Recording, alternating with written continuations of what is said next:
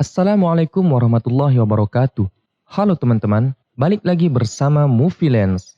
Apa kabar kalian semua? Saya harap kalian semua sehat selalu. Kali ini kita membahas sebuah film yang berjudul The Martian. Film ini menceritakan kisah seorang astronot NASA bernama Mark Whitney yang terjebak sendirian di planet Mars selama beberapa bulan. Bagaimana dia bertahan hidup di sana? Apakah ia selamat atau tewas kehabisan oksigen? Mari kita lihat alur ceritanya. Berawal dari sekelompok astronot bernama Mark Whitney, Alex Vogel, Beth Johnson, Crispina Martinez, dan komandannya Melissa Lewis. Mereka telah mendarat di planet Mars yang memiliki misi dengan kode Ares-3. Mereka mendarat di sebuah tempat yang bernama Acidalia Planitia. Misi ini memiliki waktu sekitar Sol 18. Sol adalah satuan hari di planet Mars, di mana satu hari di planet Mars yaitu 24 jam, 39 menit, dan 35 detik waktu di bumi. Mereka melakukan penelitian tanah di area sana. Ketika sedang mengambil sampel tanah, Beth melihat ada badai pasir besar yang menuju ke arah mereka. Dan ia pun menyarankan para astronot untuk masuk ke markas.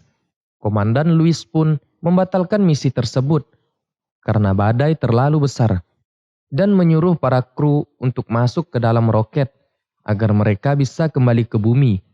Saat menuju ke roket, Mark yang berada di belakang terkena hempasan puing antena pemancar. Mark pun terlempar dan hilang kontak dengan rekannya. Komandan Lewis berusaha mencarinya, namun keadaan saat itu sangat berbahaya. Sang komandan dan para kru dengan berat hati terpaksa pergi meninggalkan Mark. Mereka pun beranggapan kalau Mark sudah tewas. Pemimpin NASA yang bernama Teddy menyampaikan bahwa terjadi kecelakaan pada tim Ares-3 yang bertugas di planet Mars dan menyatakan bahwa Mark Whitney tewas atas kejadian di sana. Di sisi lain, tanpa diduga Mark berhasil selamat dari badai yang menerpanya. Namun, ia mengalami luka di perut karena tertusuk besi antena. Yang menjadi masalah, Mark tidak bisa berkomunikasi dengan krunya untuk memberitahu mereka bahwa ia masih hidup. Belum lagi persediaan oksigen, air, dan makanan yang sangat terbatas. Mark pun berpikir bagaimana ia bisa hidup dengan makanan yang ada. Ia membuat ide gila. Ia pergi dan membongkar persediaan makanan. Ia pun menemukan kentang. Lalu Mark menjelaskan bagaimana ia akan hidup di planet Mars. Beruntungnya, ia adalah seorang ahli botani. Dia ingin membuat kebun sendiri. Mark pun mengemasi tempatnya dengan menggunakan plastik. Ia memanfaatkan kentang dan kotoran yang ada di tempat pembuangan untuk dijadikan pupuk. Dengan menggunakan tanah tandus di Mars, ia juga memperbaiki panel surya yang rusak dan membersihkannya. Ketika selesai menanam, ia mendapatkan masalah baru. Jika terus menggunakan air, maka persediaan airnya akan lebih cepat habis. Mark pun mencoba menciptakan air sendiri dengan menggabungkan hidrogen dan oksigen, lalu membakarnya. Alhasil, hidroniumnya malah meledak karena kelebihan oksigen. Dia pun kembali mencoba dengan menurunkan kadar oksigen, dan pada akhirnya ia berhasil menciptakan air. Keesokan harinya, kebunnya dipenuhi embun dari air yang ia ciptakan. Masalah air pun teratasi. Beberapa hari kemudian, Mark melihat kalau tanaman kentangnya tumbuh. Di sisi lain, Teddy memberikan penghargaan kepada Mark yang telah gugur dalam menjalankan misinya. Vincent Kapoor berbicara dengan Teddy untuk mengambil jasad Mark ketika melakukan misi selanjutnya di sana. Mindy yang berada di ruang kendali NASA menemukan keanehan di markas Ares-3. Dia melihat ada perubahan terhadap panel surya dari hari sebelumnya. Lalu, ia pun menghubungi Vincent dan Teddy. Tapi Teddy meminta untuk merahasiakan hal ini kepada kru Ares-3. Beberapa hari kemudian, Teddy mengumumkan kalau Mark Whitney masih hidup. Namun, ia masih merahasiakan hal ini dari kru Ares 3. Sedangkan Mark sendiri, ia berpikir untuk pergi ke pangkalan Ares 4 pada misi selanjutnya. Namun, jaraknya sangat jauh, sekitar 3.200 km. Sedangkan rovernya hanya dirancang dengan daya baterai untuk berjalan 35 km saja.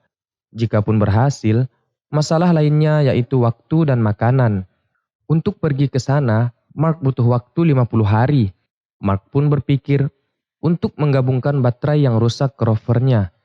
Dirinya pun berhasil mendapatkan tenaga yang lebih lama. Namun, ia kedinginan karena hawa di Mars pada malam hari sangat dingin, sedangkan pemanas pada rover tidak boleh menyala. Mark pun mengambil air kiki yang mampu menghangatkan tubuhnya saat di dalam rover, tetapi resikonya bisa saja meledak. Di sisi lain, Teddy yang sedang berbicara dengan Brooch selaku pimpinan di sana untuk mengirimkan suplai makanan dalam waktu 3 bulan. Mead selaku pimpinan Hermes merasa kesal karena dilarang memberitahu kru Ares 3 bahwa Mark masih hidup. Di sini terlihat Mark yang sedang memanen kentangnya.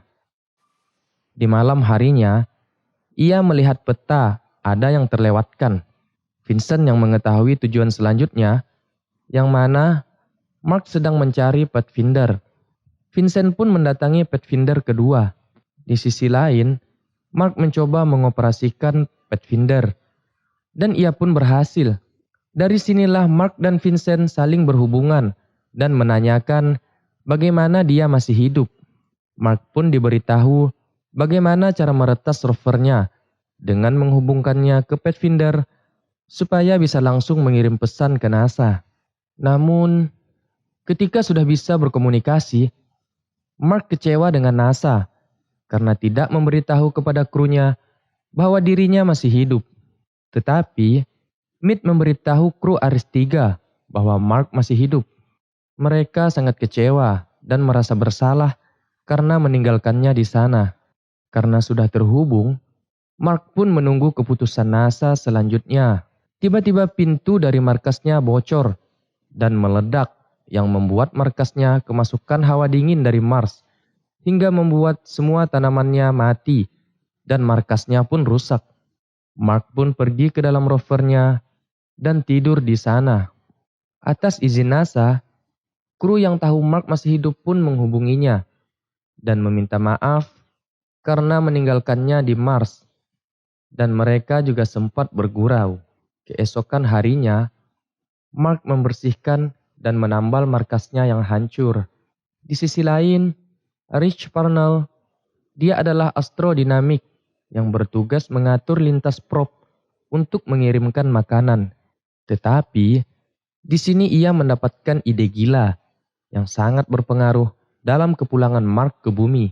Sedangkan Mark, karena tanamannya mati semua, ia harus menghemat makanannya sampai prop datang untuk membawakan makanan. Rich pun meminta izin untuk mengakses komputer milik NASA untuk menjalankan ide gilanya. Singkat cerita, NASA berhasil meluncurkan prop.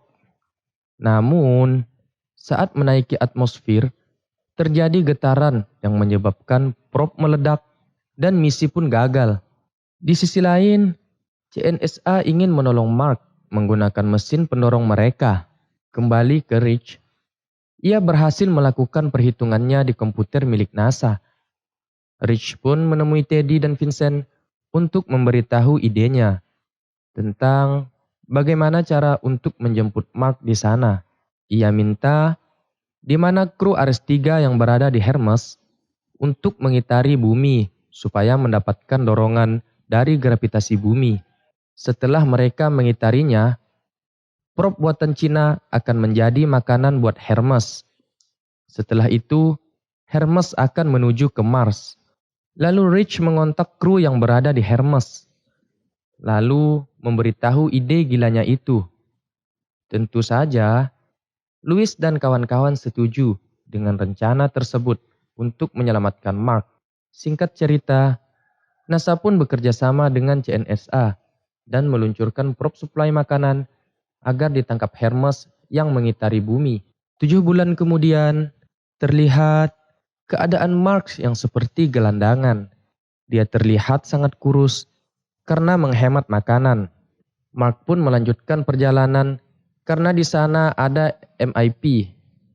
Mark pun pergi dengan rover yang sudah dimodifikasinya agar bisa melakukan perjalanan dengan jauh. Di sisi lain, Brooch memberitahu bahwa gravitasi di Mars sangat tinggi.